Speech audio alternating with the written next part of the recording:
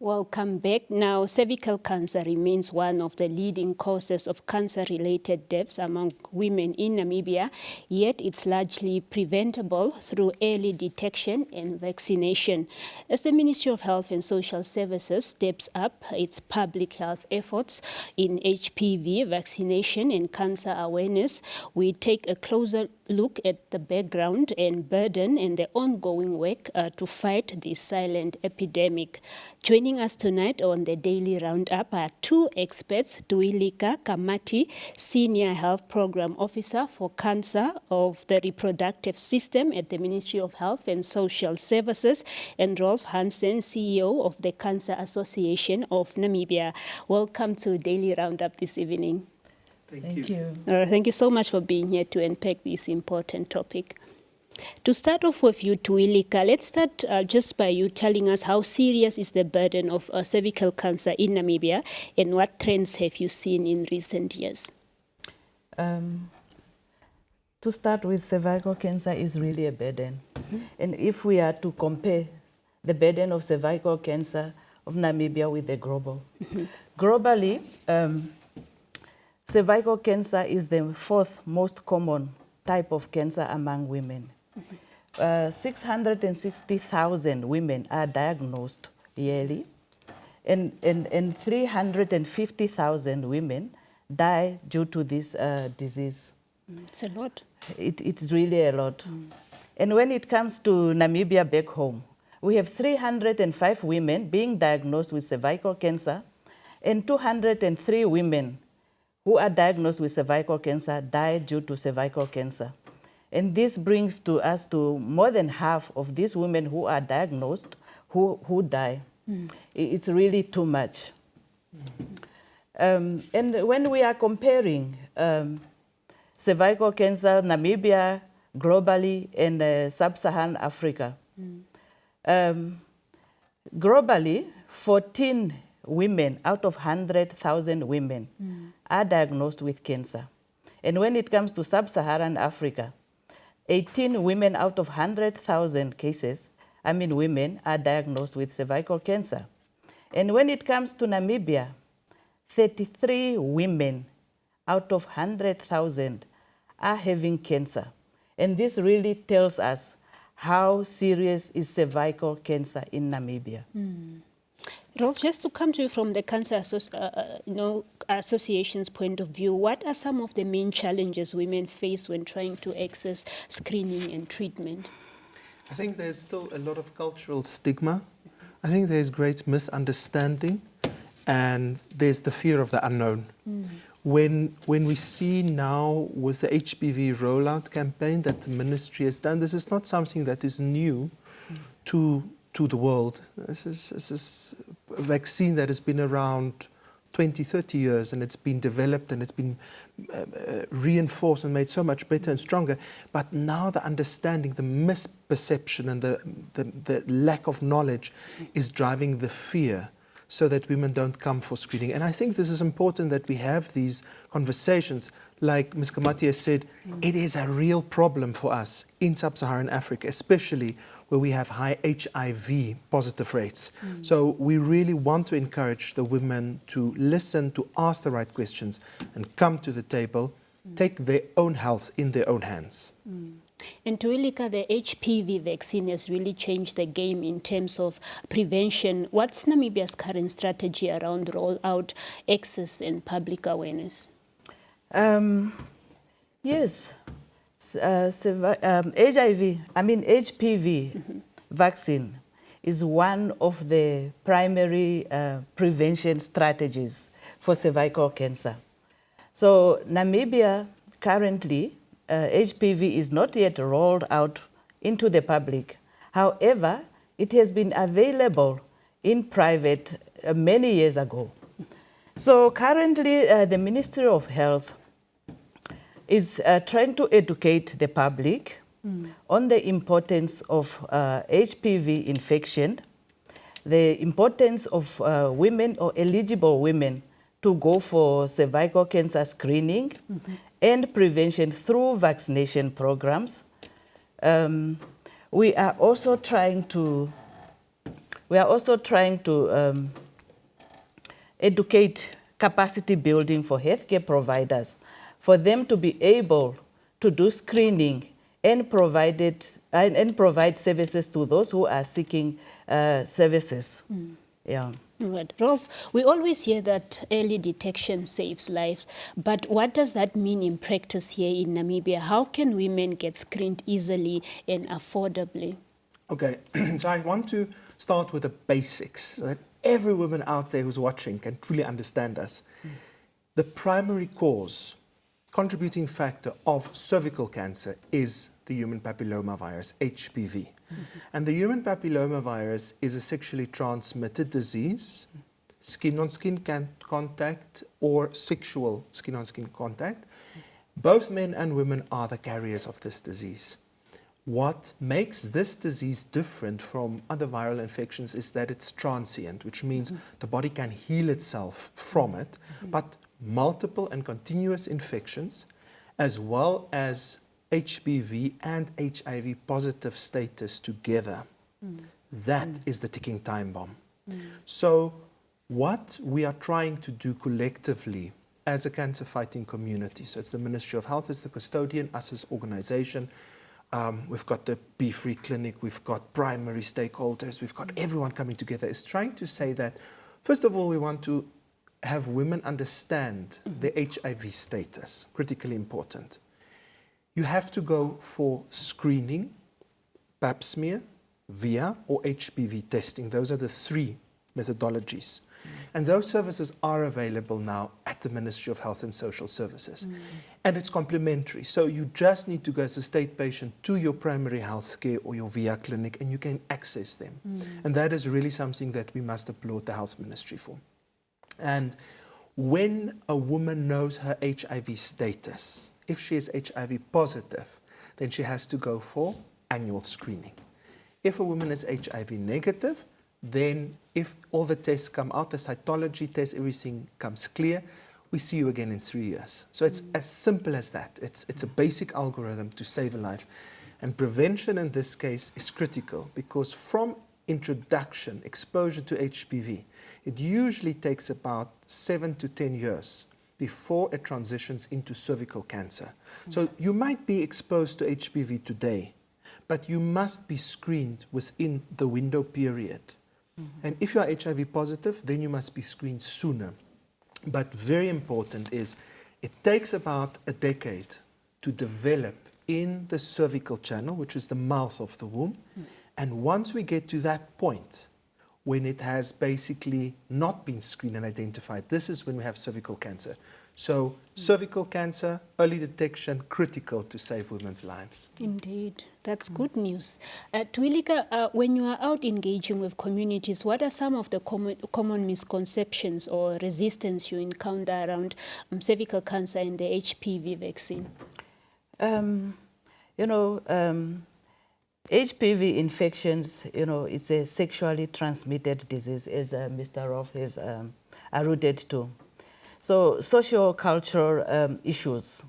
Most women fear coming to the hospital just for it to be done due to the nature of the location where the screening has to be done. And when the VIA started, the visual inspection using acetic acid screening, when it started, due to funding, it started with the HIV positive women. So most women out there took it as when you go for cervical cancer screening, it translates to as you are HIV positive. Hence, this makes most women not to access the cervical cancer screening. Yeah. Okay, Rolf, we know the work that Cancer Association does, a lot of outreach work, of course. Can you tell us about a few key initiatives that are currently helping women at risk or those already diagnosed? So I think it's very important to note that the Cancer Association of Namibia wholeheartedly, fully supports the ministerial efforts. And this communication methodology to dispel the myths is priority number one for us, because we have realized that if we don't fight the myth, if we don't set the women at ease so they can feel comfortable and free to ask the right questions, we're not going to win this war against cervical cancer. Secondly, the National Outreach Program has started up again, and we host our clinics as well in the facilities of the Ministry of Health and Social Services. We do it collaboratively. I think this cements and builds the trust that the community will have in both our institutions as Health Ministry and as umbrella organization. We are dedicated and committed to fighting cancer and its consequences because it is really impacting the lives of especially the vulnerable community. So socioeconomically, cancer has a huge impact. HIV had the same, and cervical cancer is that exact burden that we're going to be facing now. And when it comes to the navigation post the screening, so when the patients need to come through to Windhoek, the patient navigation is where we step in and we say the ministry takes on the responsibility of the treatment, but we will support auxiliary. So if a patient needs to be transported to Windhoek or to a district hospital where there is first stage treatment interventions, we will support. We've got a financial assistance program. We've got accommodation program. So we will provide the support to the patient, allowing the health ministry to try and cure the patient. So that is that collaborative approach that we're taking on. That's great, actually. Ms. Tuwilika, the ministry has laid out a long-term vision to eliminate cervical cancer as a public health issue. Can you briefly talk to us through that roadmap? Sure. Then Namibia has joined the rest of the country because in 2020, I think WHO pronounced itself to eliminate cervical cancer as a public health issue. So the cervical cancer control program have aligned itself with the WHO goals. So together with or in collaboration with the National Expanded Program of Immunization, we are targeting to vaccinate 90% of girls by the age of 15 years. And we also want to have 70% of the eligible women screened for cervical cancer by the age of 35 and 45 using a reliable screening method. And those who are diagnosed, 90% of them should be managed or should be treated for cervical cancer. And this is a long run or a multi-decade program. So we are continuing, it's continuing, and we are to introduce the HPV vaccine into the routine immunization program soon. Okay. So we are starting with a campaign starting from the 4th of August to the 15th of August, where we are going to vaccinate the multi-age cohort from the age of 9 to 14 years of age. And it's a continuing. And once we are done with the campaign, it's going to be now integrated into the routine vaccination, EPI vaccination program, and it continues. That's good news, Ms. Tuwilika. Now, Rolf, you were just talking about collaboration with the Ministry of Health so far and how the collaboration is working so well.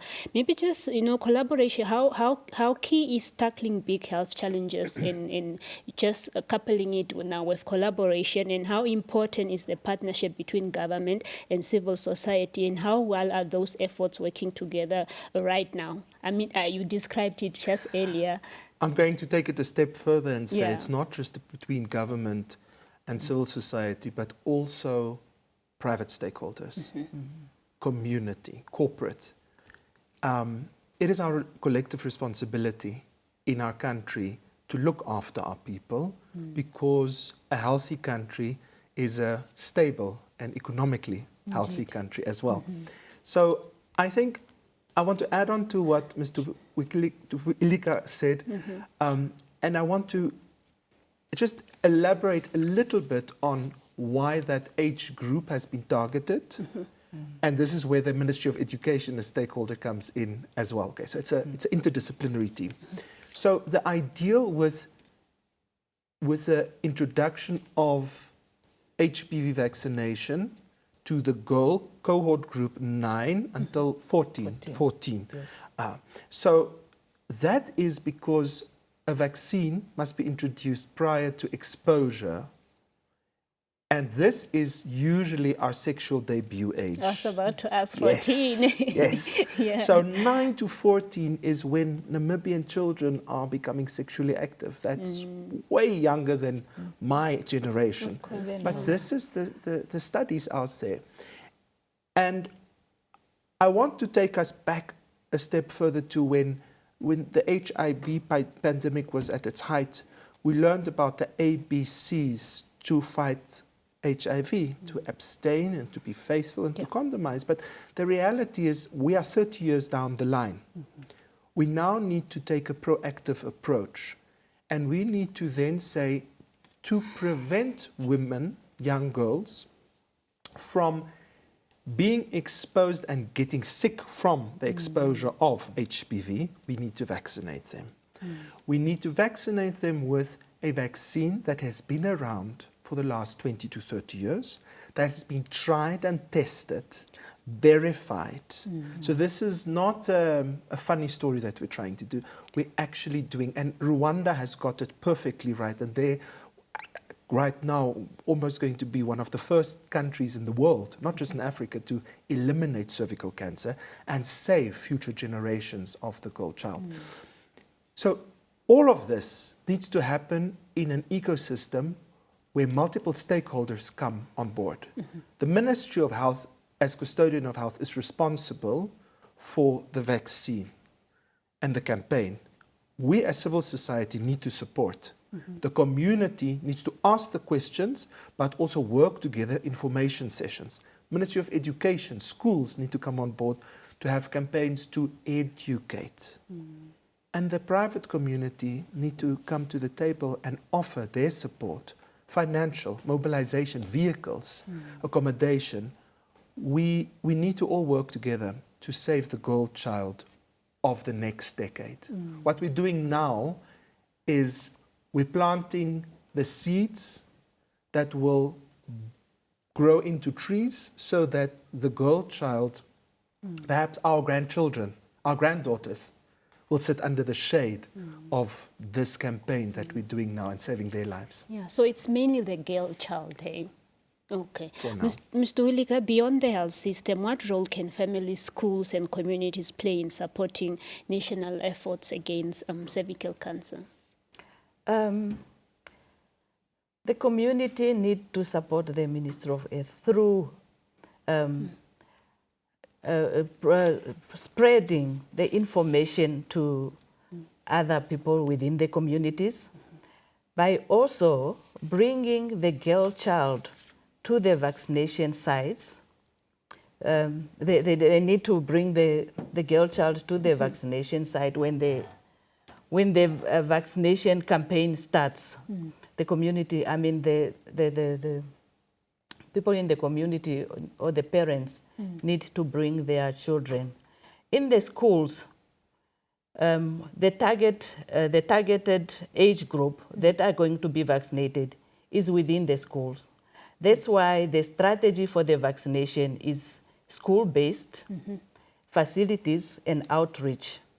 Meaning during the campaigns, we are going to the schools to vaccinate the children within the schools. So the teachers, the nurses, the civil society, the headmen in the community need to work together for this vaccination to be a success. But we are running out of time. Rolf, maybe just give you some few seconds to close off. Yes, I want to take this opportunity to thank the Namibian community. Thank you so much, everyone, for supporting, asking the questions, the relevant questions. It is the right of the parents to ask the questions. It is the responsibility of the parents to opt in for this vaccination. The ideal is that we create an ecosystem where everyone feels safe and comfortable. And we're only going to do that and get it right by having these sort of conversations, by stopping to spread false information, but rather get the facts, get the data, talk through it, and we all are on one level, then we can move forward and save lives. Indeed. Thank you so much for being on Daily Roundup. You wanted to close off also quickly? Okay, my last words is to say, cervical cancer is one of the types of cancer that is preventable and curable once detected early. So I'm urging the Namibian community to really make sure they seek these services at their nearest health facilities so that we prevent the deaths from cervical cancer. It's easy to prevent rather than to treat. Indeed. So prevention is better than cure. So let's rather seek cervical healthcare services. Thank you so much for being on a Daily Roundup and giving us that important update. All right, that was Ms. Tuwilika Kamati, Senior Health Program Officer for Cancer of the Reproductive System at the Ministry of Health and Social Services, and Rolf Hansen, the CEO of the Cancer Association of Namibia, just giving us a brief on how to eliminate cervical cancer in Namibia. I hope you learned one or two things. We'll be back with more interviews.